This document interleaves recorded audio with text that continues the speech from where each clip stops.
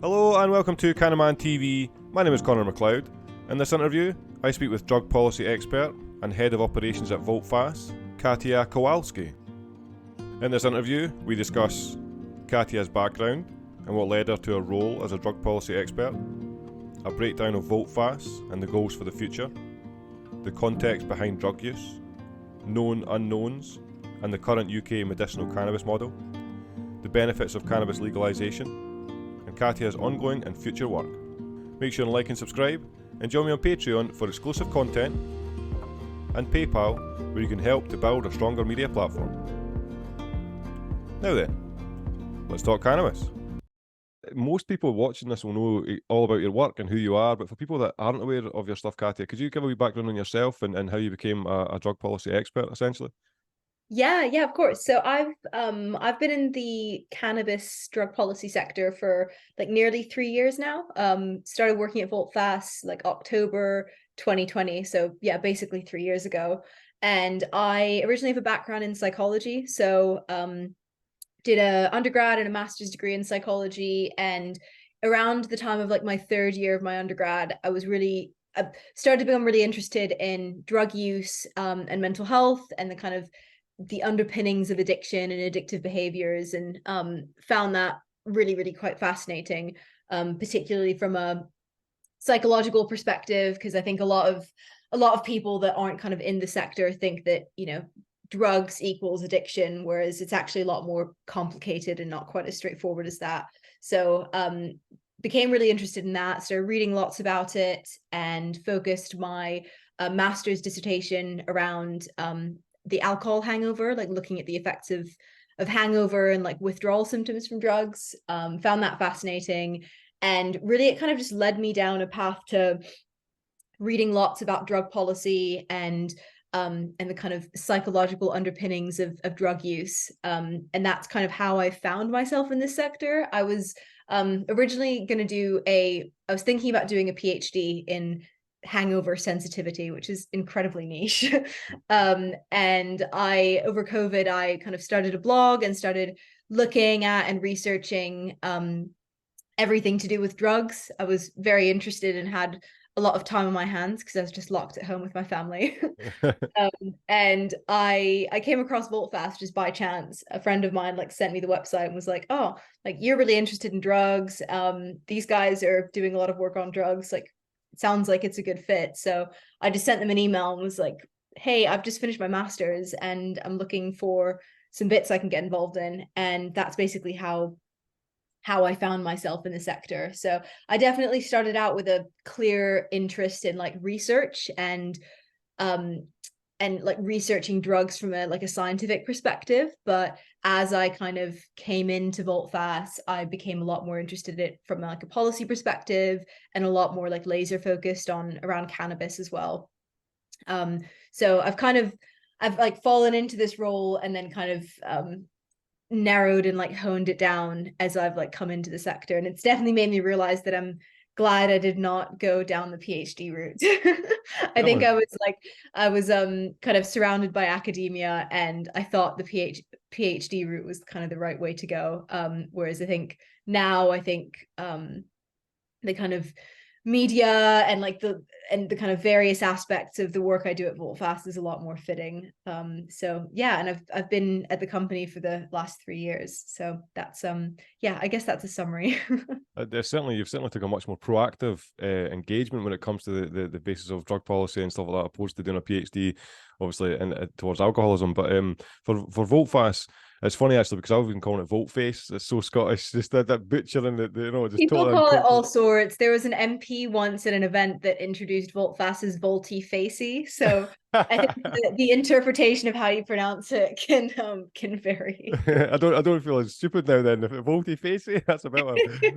But yes, I mean, so Volteface, I had a brief look on it. The word itself means to look at something in an opposing light. Is that correct? Yeah, so like change of face, change of opinions, like Yeah. I guess how it would be defined or like broken down like word for word. So essentially, does that incorporate the essence of what the organisation is? Then it's just about approaching drug policy in a completely different perspective. Yeah, very, very much so. So so Volteface started in 2015, and it was founded as an organization to look at drug policy from new perspectives, bring in new voices, new arguments, and new people into the drug policy space. Because around that time, there was a feeling that the kind of drug policy debate was kind of stagnating. It was very much focused on like left wing perspectives. Kind of that kind of care harm approach was very core to a lot of drug policy topics and discussions, but it wasn't doing a very good job on engaging the right, social conservatives, people that aren't really kind of engaged on drug policy. So that was really a core like philosophy and approach to Volteface around trying to, spice up the debate and bring new people in to champion, evidence-based drug policy and cannabis reform.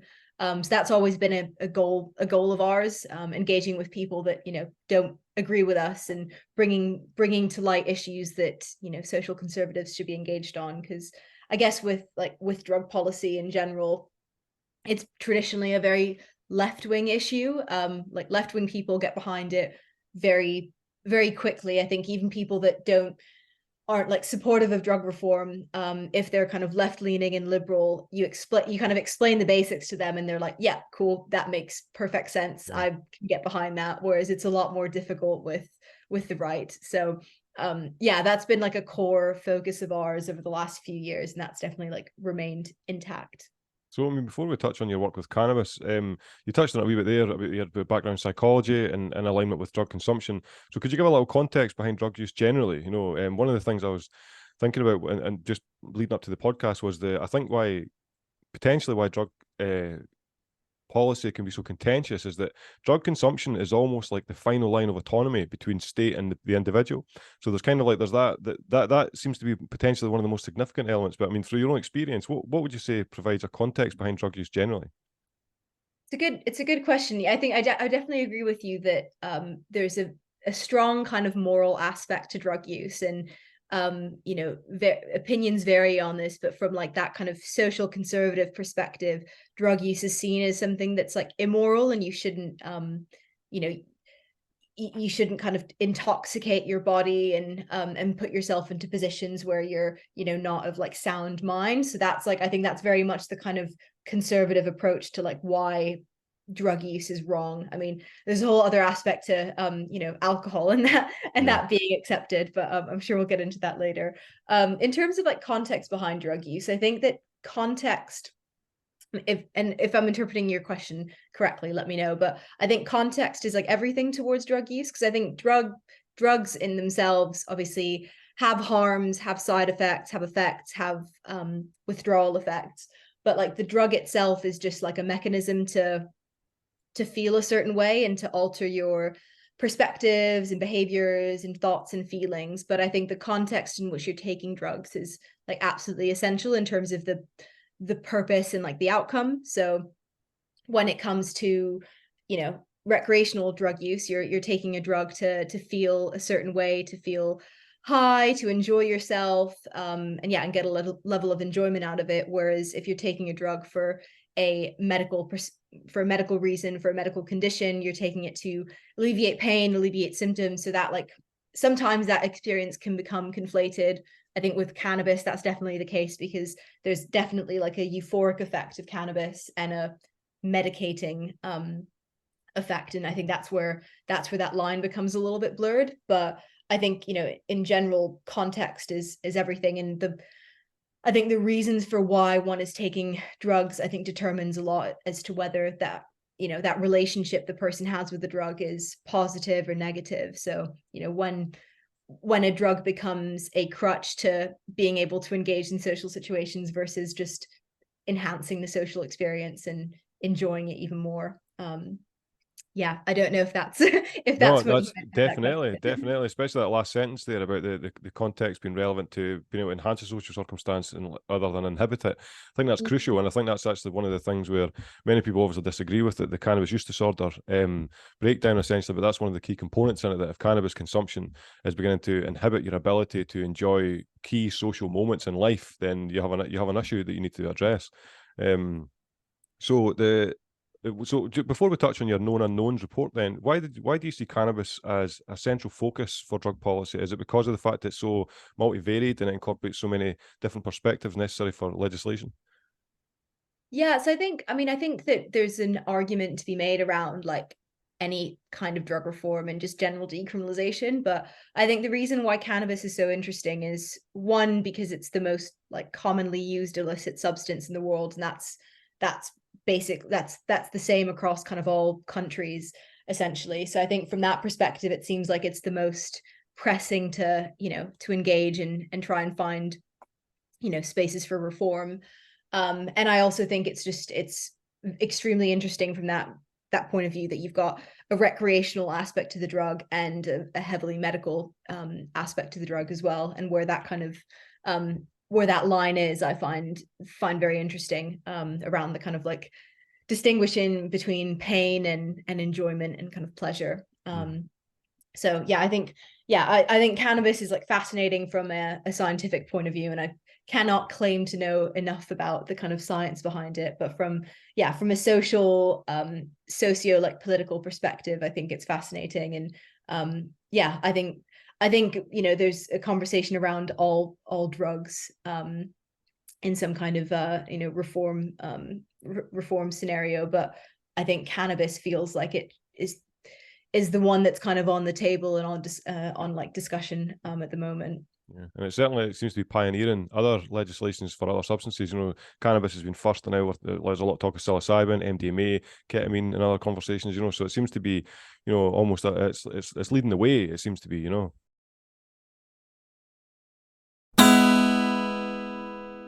What's wrong with your face? I think I'm depressed. Depressed? What the fuck you got to be depressed about? Donnie, we're all trapped in our mind in one way or another. I know what'll fix that. What the fuck's that?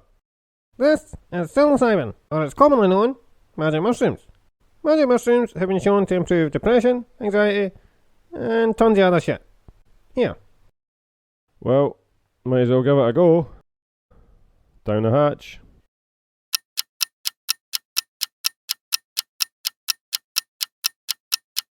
So, you feeling anything yet? Nah. Oh, wait. Here we go.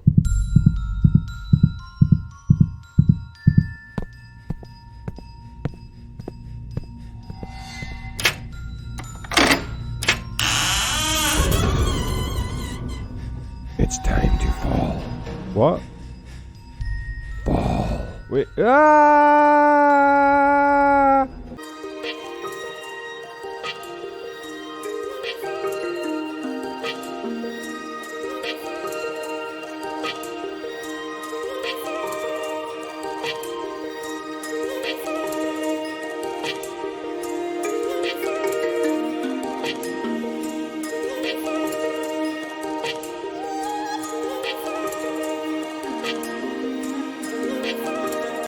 How are you feeling? Better. Less tense. Good. You'll be getting 10 grams next time.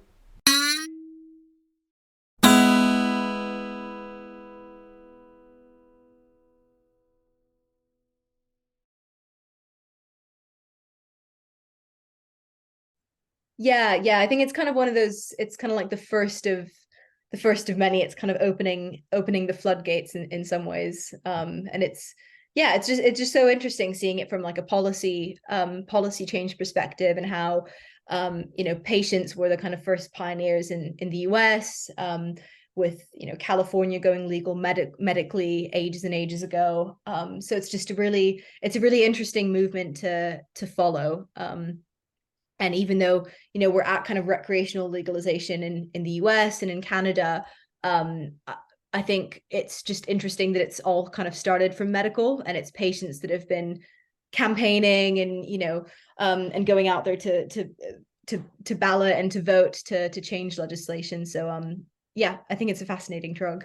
It's actually very bizarre to think that it was the 90s that California pushed through medically. The 90s. So a lot of people think that it's only been the past, 2014, 2011, that kind of thing. But I mean, I don't know, I think 1998, 93, something like that. It's like, that's a long time ago, really should be further than we are globally.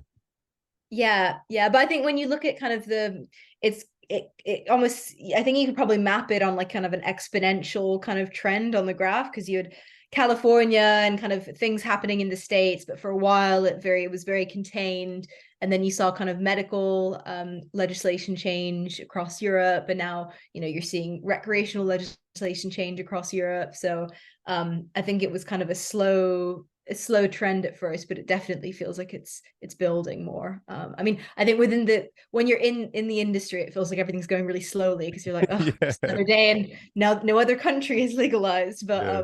looking from the outside, I think most people would be like, what's going on with cannabis? Because it seems quite interesting. Yeah, certainly from the outside looking in, there's a lot of noise about cannabis, and I don't know about. I mean, I don't watch much mainstream media overall, but it's certainly nice when you see positive cannabis stories pop up. You know, it's just kind of refreshing. Obviously there are negatives, there are harms, but proportionately for any other substance and all that kind of thing, cannabis is, I mean, it's healthier for us than sugar and things like this. You know, so it's certainly something that's it justifies its focus really. But focusing on the UK, then you report known unknowns, essentially defining the limitations and innovations of medical cannabis prescribing. Talk me through that. What was it that initiated the report in the first instance? Yeah, so I haven't spoken about the report in ages actually. It's quite nice, like going back down memory lane.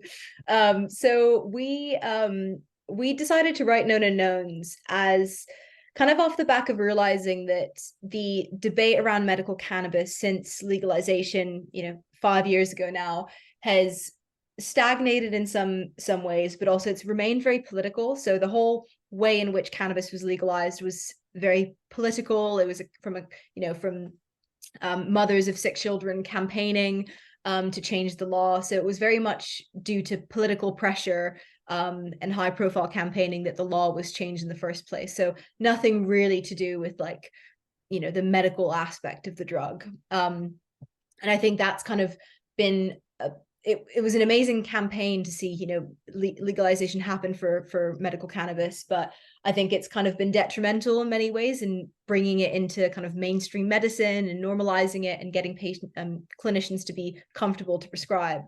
And because we've been so focused on the kind of political side of cannabis, we were like, it'd be really interesting to look at in depth and speak to hesitant clinicians around, you know, why they aren't comfortable prescribing cannabis, like why all these years later they're clinicians that are, you know, qualified to and able to prescribe, why aren't they engaging with that? Because I think there's a lot of you know, hypotheses around why that is. And I think from the kind of industry side of things and the patient side of things, you hear like one side of the story and kind of people's perceptions as to why that is. But we wanted to do a kind of a comprehensive piece of research looking at, you know, why that is in fact the case, and speaking to the clinicians at the source. So that's kind of the reasoning behind the report.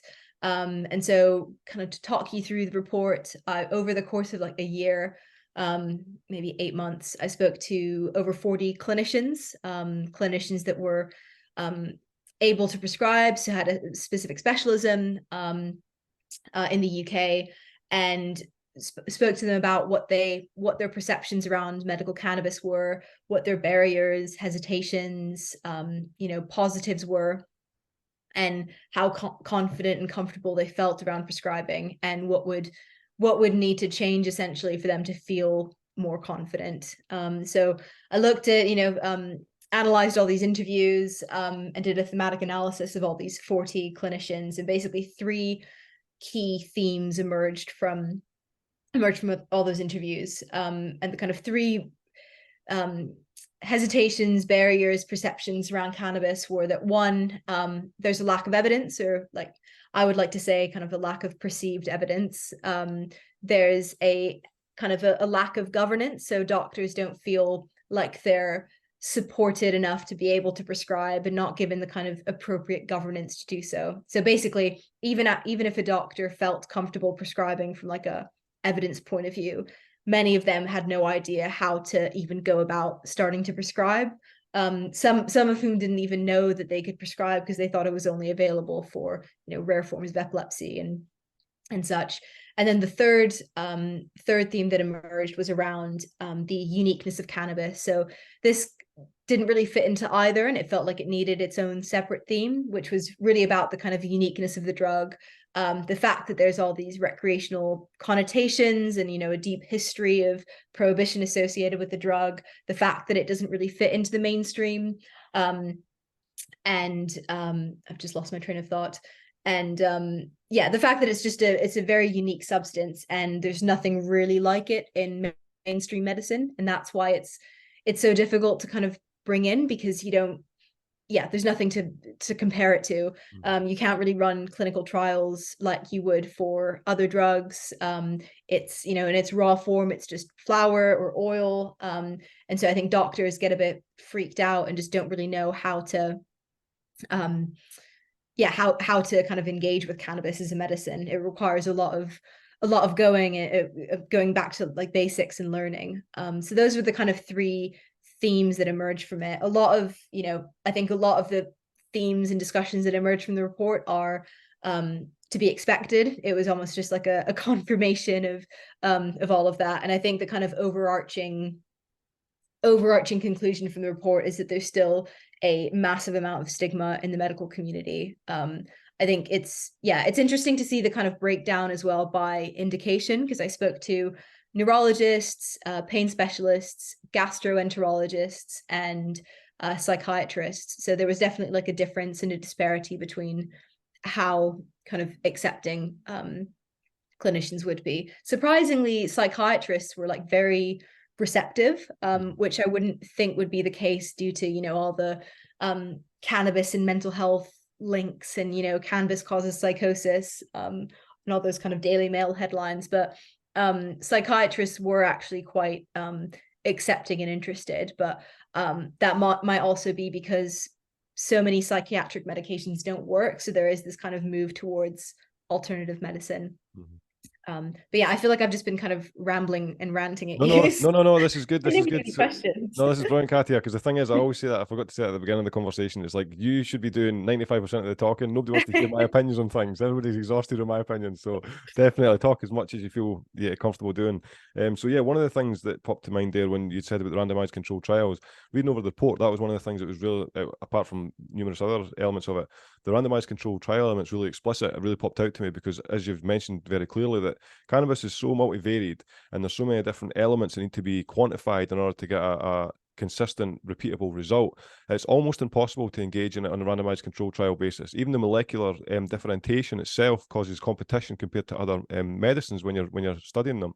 And it's also really, it's perfect that you got to interact with so many different professionals from different backgrounds medically, because as you mentioned there, you get these different perspectives of hurdles and barriers in alignment with applying it as a medicine, which is almost it kind of tips the hat to the difficulty, generally speaking, about even getting cannabis into the conversation, because depending on who you're talking to will depend on the perspective of the conversation, Yeah, absolutely. And I think, in terms of the kind of randomized controlled trial setup, I think, trials that are running when you study an isolate or a chemically constructed molecule of cannabis, you're likely to not get as accurate results, because from when you look at the cases of these children with epilepsy, the whole plant is what works for them because of all the the entourage effect and all the way that all these chemicals and minor cannabinoids interact with each other. So I think there is this kind of, there's an important line and like balance to strike with like how we medicalize cannabis, because I think if we go too far and go too heavy down this like trial medicalization route, we risk the getting results that aren't actually significant and beneficial, and it's because we've like stripped away the cannabis from the cannabis entirely. So it's tricky kind of trying to find a balance between innovation and making it feel more like a medical product, but still retaining the kind of magic of what makes cannabis so effective medically. I couldn't agree more. I've written down a few of the concluding points essentially of the report, and I would just like to see. So there's 6 of them that you concluded with, and it was one of them, if I was to read through them, mainstreaming cannabis that's required essentially after the report was concluded. So mainstreaming cannabis prescribing in clinicians' daily practice, open up communities of practice for clinicians to access medical cannabis information, collecting evidence across all sectors, including doses, method of administration, specific products, launching a clinician-centered campaign. So that there, is that essentially such as the Medical Cannabis Clinician Society and things like that? Yeah. So anything that can, help engage doctors on a on that clinical level in terms of getting them on board. So, things like those like clinical roadshows that the MCCS run, training sessions, things like that. We've been, at Volteface, we've been doing a lot of work around kind of engaging clinicians and doing that through kind of political settings as well. Like we've been running parliamentary events. So I think definitely off the back of this report, it's made me realize like how essential engaging clinicians is, and just speaking to them to understand what their actual like opinions and hesitancies are around it. And in terms of mainstreaming cannabis, I think there's definitely that aspect of like making consumption methods more mainstream, making it feel kind of stripping away the kind of recreational association from cannabis to get people more on board, but not stripping it away to the point where you don't get any of the benefits of the drug and it isn't really cannabis anymore. Interesting. I find it it's quite an interesting talking point on the sense of when they're talking medically, the nature of having an enjoyment or pleasure center based interaction with cannabis is not regarded as medical. And I find that quite interesting because the alleviation of pain in alignment with pleasure, that's a medical dynamic, really.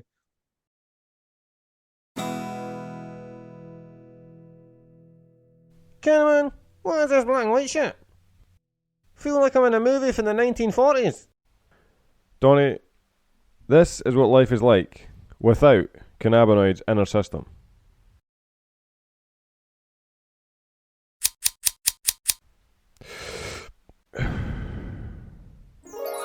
And this is what life is like with cannabinoids in our system.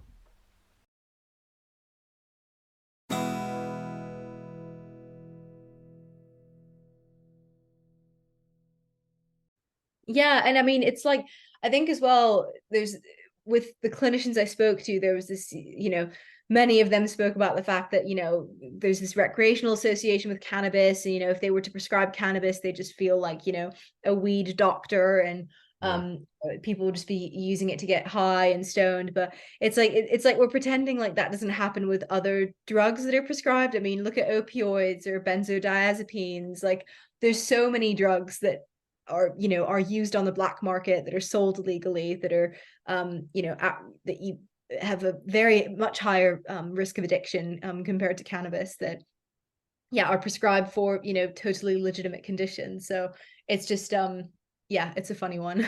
It's actually interesting you say that as well, because number 5 on the recommendations was to consider cannabis as per other medications in alignment with unlicensed medicines, which are kind of given more of a green light, excuse the pun, in comparison to cannabis.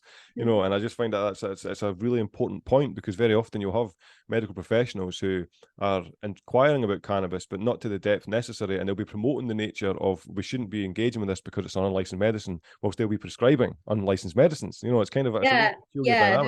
There's plenty of drugs that are unlicensed that doctors prescribe on a regular basis, and it's just they make an uneducated guess, an informed decision based on the evidence they have around the patient as to what works, what is most appropriate to prescribe for them. And I think it's another one that's just funny, because I think clinicians and MPs and policymakers have this assumption that we want cannabis to be treated exceptionally or in a different light to other medicines, which isn't true. It's just right now it's not being treated like other medicines. There's for no other drug have you got a specific clinic that only prescribes that one drug. It would be ludicrous to see like benzodiazepine clinics and like opioid clinics possible. But that's the kind of situation we've been put into in the UK, because it's not normalized and it's not mainstream. And so you've got these specialist clinics that only prescribe cannabis, which isn't, that's exceptional. And what we really want is just for doctors to be able to prescribe it, like any other medicine, just have it in their formulary. That's actually a great point, because the idea of a benzodiazepine clinic or an opioid clinic is as you know, it makes me laugh. That's so Yeah, ridiculous. you'd be advocating against that, if anything. Yeah, of course you would, definitely. I mean, it'd be ridiculous. People wouldn't even believe that was a thing, and I think it's, you know, where we're dealing with cannabis, it's so peculiar. I can see why people will be pessimistic about the nature, because this is all a privatized entity that's emerging. There's a lot of people making a lot of money as a consequence of ignorant legislation that's kind of been inhibited because of lack of research, really.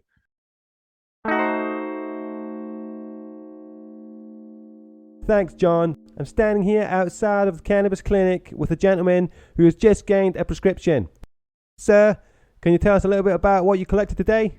Certainly. Today I picked up my first prescription of dried cannabis flower. Inside this tub is 30 grams, which cost me roughly £150. My initial consultation was around £50, and I'll have to continue to pay around £150 a month to keep up with the price of my 30 gram prescription. I see. And what? Oh, it appears there's a police bust going on right next door to the cannabis clinic. Let's see if we can get a closer look. Excuse me, sir. Can you tell us why you're being arrested today? I'm getting busted for making cannabis oil and consuming cannabis flower without a private prescription. It's a sham. It's a total sham. Well, an eventful day at the cannabis clinic. Back to you in the studio, John. Eventful indeed. Well, I'm joined in the studio now with CANNAMAN. CANNAMAN, what do you make of the current UK cannabis structure? Well, John, I'm conflicted. On the one hand, it's finally a relief to be able to access medical cannabis in the UK. But on the other hand, it can only be done so through a private clinic, which directly profits from cannabis patients, whilst individuals such as we've just seen are being arrested if they don't hold a cannabis prescription through a private clinic. This would of course be avoided if we were allowed direct access to cannabis through the NHS. But the UK government's attitude towards cannabis is archaic.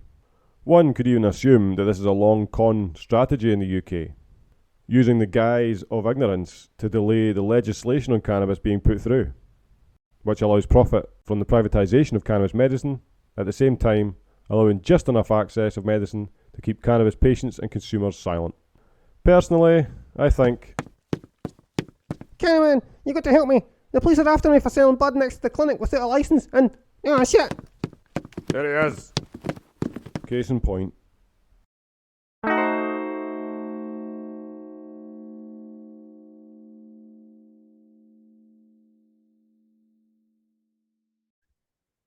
Yeah, I think and I think that kind of, I mean, the clinics are essential right now for patient access, and when the legislation was changed, it was really the only way to get a prescription.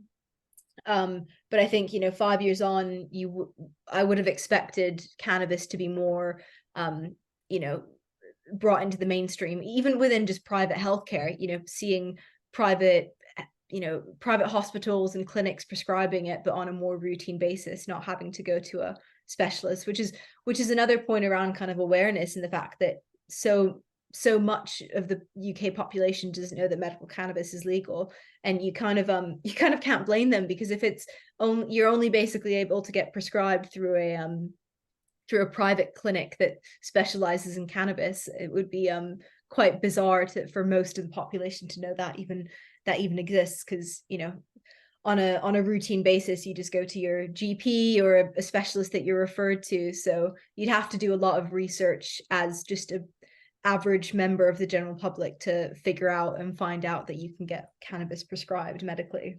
Even the vast majority of GPs that I've certainly encountered personally, that they are woefully uninformed about the what's available and where you can access cannabis and stuff like that, even just locally in Scotland. Because very often, if you come to them with cannabis as an alternative, they immediately have that backseat of, oh, you're just, as you mentioned, you're just trying to get high, you're just trying to consume, you're that kind of stuff. And again, I mean, one of the things I will point out is, even though that I like the rhetoric of in the cannabis world of saying that all cannabis consumption is medicinal, I don't fully agree with that terminology, in a sense, because all cannabis consumption interacts physiologically, but whether or not it's actually having a medicinal impact is a different conversation entirely. Yeah, definitely. On the kind of medical profession and like GP note, yeah, completely agree with you. And I definitely make a point of whenever I have to interact with the NHS and go for a checkup or like a screening or something, and they always ask me like, oh, it's like, what do you do for a living? And I'm like, oh well. I always make sure to mention that you're like, did you know that medical cannabis is legal? Yeah, that's good. So yeah, I always try and make the point of seeing engaging how they feel about cannabis. And they're usually quite positive and pleasant, but I don't know if that's just to kind of shut me up. Yeah, just humouring you in the moment kind of thing. Yeah. Yeah. So I mean, so in retrospect, then, looking back on the past year, I mean, it's been a year since it was December 2022 that you published the report. The points that you've made in retrospect, how would you analyze the year that's followed since the report? Well, I think there's definitely still a lot of work to be done in the UK. I think that's also a reason as to why Volteface is like firmly focused around medical cannabis at the moment. We've definitely got an eye and advocate for evidence-based drug policy, and that includes recreational legalization. But I think with where the UK is at currently, I think advocating strongly for recreational just isn't, I don't think it's really going to go anywhere, at least not until the general election, because no MP really wants to talk about cannabis. Yeah. Keir Starmer's kind of shut that down already. So I think there's definitely just room to continue working on medical and expanding patient awareness whilst also expanding kind of clinical awareness. I'd say that from the launch, I think like industry wise, the report went down really well. It's clear that it's become kind of a very useful piece of research for the clinics and for different companies to understand where those barriers lie. I mean, there's obviously still more doctors to be engaged on it, and more work to be done to expand that kind of clinical community understanding. But I think there's definitely been an increase in the number of doctors that are prescribing, that are aware of it. We've done a number of events that have been targeting kind of private healthcare professionals specifically around this, and I think we are seeing change slowly. I think it's about kind of balancing patient awareness with clinical awareness, because if you expand patient, I mean, there's so much work to be done in both still, but I think if you expanded patient awareness overnight to the point where like 1 million people knew about cannabis being legal, there wouldn't be the like clinical community to be able to prescribe for them all, because there's only a limited number of clinicians still. So I think it's about like increasing both incrementally and slowly, and getting people to ask the doctor about cannabis, and getting doctors to just suggest cannabis as a treatment for a patient without the patient coming to them being like, I want a cannabis prescription. So there's definitely, since the report, been an increase in uptake around doctors just prescribing privately within their own practice, as to instead of just joining a cannabis clinic, which I think is the real way of like broadening it out into the mainstream. Yeah, and I feel like I'm rambling on, but in the last few months, we secured the APPG Secretariat alongside the Medical Cannabis Clinician Society. So we're a lot more kind of involved from a political perspective around the topic, and broadening out clinical understandings around this is a firm kind of interest and on the agenda for the APPG. So it's yeah, I feel like we are kind of moving in a positive direction, and kind of I guess merging the kind of patient awareness work streams, the like clinical engagement work streams, and then just like political engagement all together, I think culminates in something that's like quite exciting and interesting, hopefully. Yeah, it's certainly exciting. And the thing is, I mean, just even when you think over, I mean, recently Scotland has put through, I think I don't know if it's a bill, or they've certainly pushed through legislation, or attempted to push through, that it's going to decriminalise all drug use, essentially, waiting on hopefully Westminster ticking the box by the sounds of it. But with that in mind, with obviously Germany and other regions around the world pushing towards greater legalisation, coming away from the medical side, what do you see as the benefits of cannabis legalisation in a much more broader context?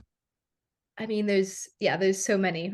Yeah. I think one is definitely like reducing criminality and crime. So taking money out of, criminal criminal gangs and groups and putting it into taxation, putting it into treatment, putting it into, you know, legal companies being able to make money from it. I think there's definitely something I feel quite strongly around is like safer methods of consumption and just a better experience for the consumer. Because you know, you really don't know what you're consuming if you're buying your cannabis illegally, and this just allows you to have a much better experience, both from like the method of consumption, so vaping it instead of smoking it, or taking it through kind of innovative product mechanisms, but also just the experience of, you know, what you're actually taking, the CBD to THC ratios, because I think most of the kind of negative effects of actually consuming cannabis are down to the fact that it's illegal, and you don't really know what's in it. And I think the third point I would make is keeping it out of access from teens and young people. I think that's one of the most infuriating thing is when you're like arguing with someone about cannabis legalization. They're like, oh, you just want to legalize it so everyone can smoke it and then kids will be able to access it. And it's like, well, right now, like if anything, kids are the ones that are able to access it most because dealers don't check IDs.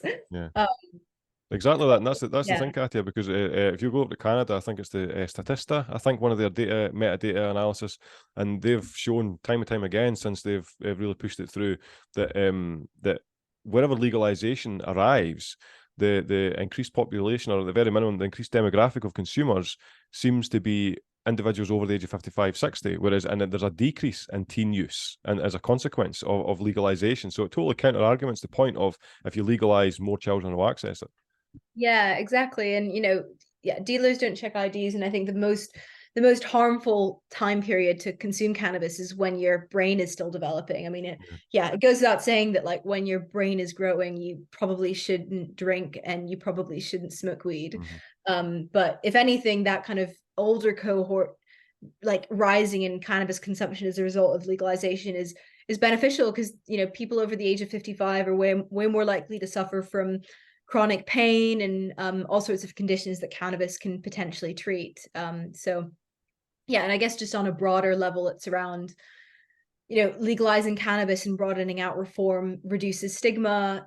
It makes, you know, the drug just more accessible, because I think right now there's you know, I think there is a bit of a fallacy around you know, people that are against legalization and kind of prohibition, is that, you know, when you legalize, there's a greater amount of people that consume the drug, and that's like, yeah, I mean, I think if anything, that's to be expected, because it's more accessible, and a massive portion of the population just wouldn't touch cannabis or other drugs because they're illegal. So it's kind of this, you know, if it's illegal, I'm not going to use it, but if it's legal, I would. But I don't think use necessarily correlates with like problematic use, kind of like how we were speaking at the beginning around like the context behind drug use. So just because use goes up when cannabis legalization happens, that doesn't necessarily mean it's a bad thing. And if anything, with legalization, I think that kind of reduction of stigma and greater kind of understanding around the drug makes people more likely to engage in treatment, or like say when they need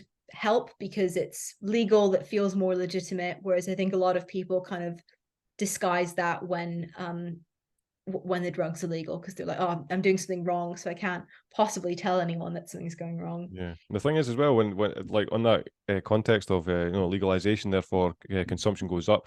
I wonder how much of a crossover it is that the cannabis consumption goes up, but alcohol consumption goes down, or tobacco use goes down. So these other extremely harmful recreational substances are no longer being consumed as a consequence of this much more holistic alternative being available.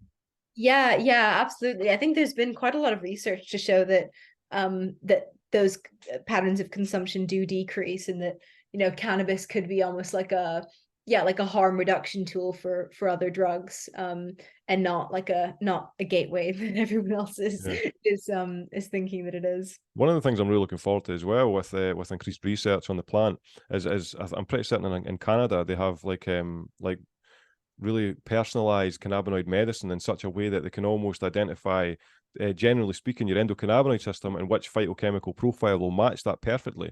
And I would like to see that in a recreational manner, because very often, as you mentioned, when you're getting it legally, you get given a name, but a lot of the time the name's made up and you don't know the phytochemical profile. And it's not until you've consumed it, you might find yourself in a position where you're like, oh, feeling anxious for 40 minutes before you enjoy the feeling, or you might feel drowsy, or all these other undesirable characteristics of the plant, and it's not because of cannabis, it's because of the specific variant you've been given. Whereas if you have this like extremely personalized recreational format, you could then walk into a dispensary or even like a social club, and what they have on offer will fit your desire, your endocannabinoid foundation, really. That's what I'm really looking forward to. You can walk in and it's like, almost like selecting a type of coffee in a sense. Yeah, it's like scanning your like blood or your eye to figure out what.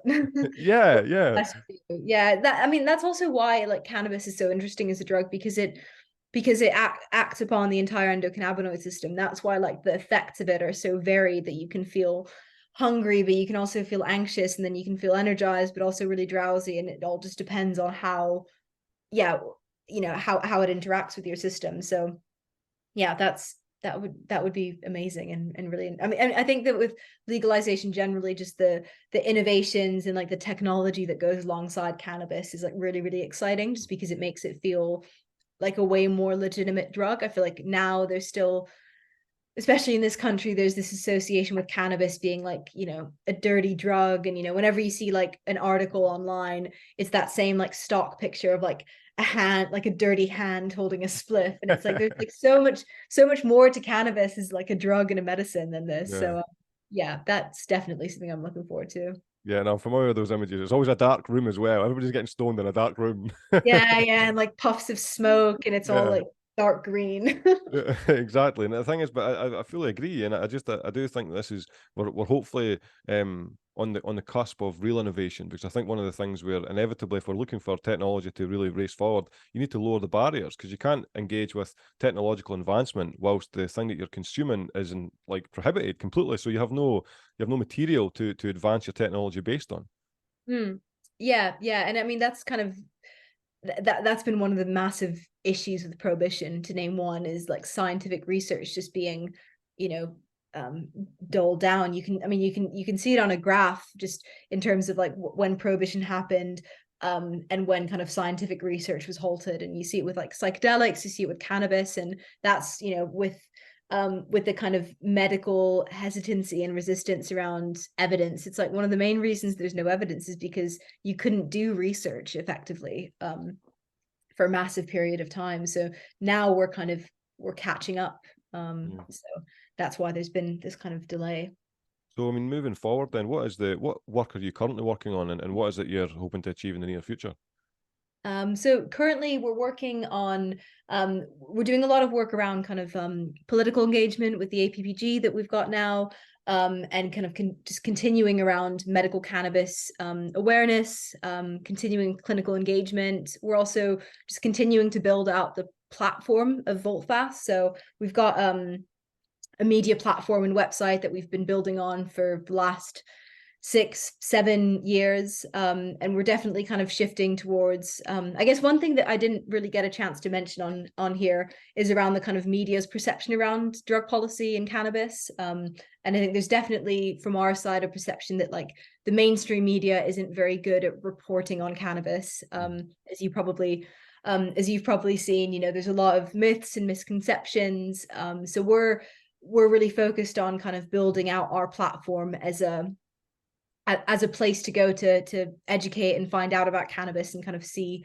and understand what's actually going on, because I think the way in which the mainstream media report on it isn't always accurate. So there's definitely a focus from our side around kind of like building out our own media platform, and if you can't engage mainstream platforms, focusing around kind of building out your own. Yeah, I fully agree, as you could probably tell. I mean, what's interesting about that? I was going to say. What's interesting is that I don't even often, like, I'll be honest, I don't even regard myself as a cannabis media platform, right? And I think it's because I just enjoy doing this for me. So it's like everybody I have on the channel is people that I want to speak to personally, is that they have information that I would like to know about. And I just assume that other people would kind of engage because inevitably it's cannabis themed. So people follow on and they watch the stuff. But one of the things I've noticed just through uploading and stuff like that is the shadow banning thing, where you're putting out information and you're uploading content, and you're looking across the numbers of people that follow you, and then you're looking at the numbers that receive the information. You're like, this is not proportional. This is like it's not even a 5% representation of the numbers that you hold. Yeah, you see it with TikTok a lot. Like you just cannot say cannabis. If you search cannabis in the search bar, it comes up with like, this is dangerous information, like seek help. Whereas like if you do it for psychedelics, it's not actually the same. So there's this like, there's definitely a stigma that's like biased towards cannabis. But yeah, I think we're definitely entering an age with social media and the mainstream media and technology where like you're just better off building your own platform, building your own audience, and people engaging with you directly. Because I think there used to be this this need with like mainstream PR for a company or a group to be like, oh, we want to put out this message, we we need to go speak to the news, we need to go to BBC, we need to go all these outlets. Whereas I feel like now people aren't really consuming their media through the mainstream anymore. They're consuming it through social media. If they're interested in a subject, they search for it, and then they find outlets that talk about it in a way that's interesting and kind of detailed. So yeah, I feel like with cannabis being so complex and nuanced, there's an interest in kind of building out your own platform. So yeah, I mean, it's great what you're doing. Thank you, Kathy. I really appreciate that. And interestingly, with it, when it comes to the cartoon element of the channel, that was intentional. There was a real intent behind creating humor orientated around cannabis, because when it comes to, if you can make somebody laugh, you're subconsciously now walking around there. Walking around the subconscious, they're laughing at something. So if you've got a nucleus of cannabis themed around humor, that's a really powerful tool to kind of normalize it. And I think that was intentional. And I think the podcast fell after it. Because all of this was around the cartoons, but yeah, in the near future, I really hope that it is that more cannabis platforms are, pushed to the front, more people engage in them properly. I am aware I need a new camera, sorry everybody. But no, I fully agree, because I think I've seen one of your posts on LinkedIn recently about that exact topic, about how media is so important for understanding like transparent information, whereas you're dealing with the BBC, like it's essentially an archaic format, really.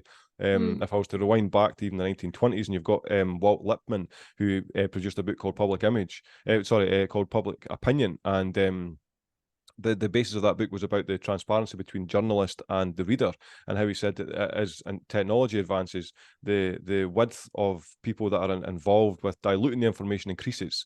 And we're now in a situation where it's almost went full circle, where back then technology was at a minimum, so you could really get the story as it happened, and then it fast forward all the way through the industry, and there was a huge amount of dilution, and now we're back to the grassroots position of people being able to get information firsthand. So it's kind of cool. Yeah, no, it's really interesting seeing how it all evolves, and just the I find the kind of the interactions between media, public, and politicians so interesting, and how I feel like the only people that still kind of take the mainstream media for what it is are politicians. So from that perspective, I think it's still really important to engage them. But yeah, from like a public perspective, I feel like stories that actually matter and things that are important aren't actually getting covered. Like everything that's getting covered is just our country in political turmoil. Yeah, which is always usually biased in one way or another. Yeah. I mean, essentially we've covered everything I was hoping to talk about, Katya. I mean, do you have anything you'd like to add before we get going? I think I think I've said I feel talked out. I feel like I've said everything that's been on my mind. But this has been it's been really, really interesting and great to chat to you. Thanks to Katya for giving me her time, and thanks to you for sticking around until the end of the video. I sincerely hope you enjoy the content. I'll see you next time.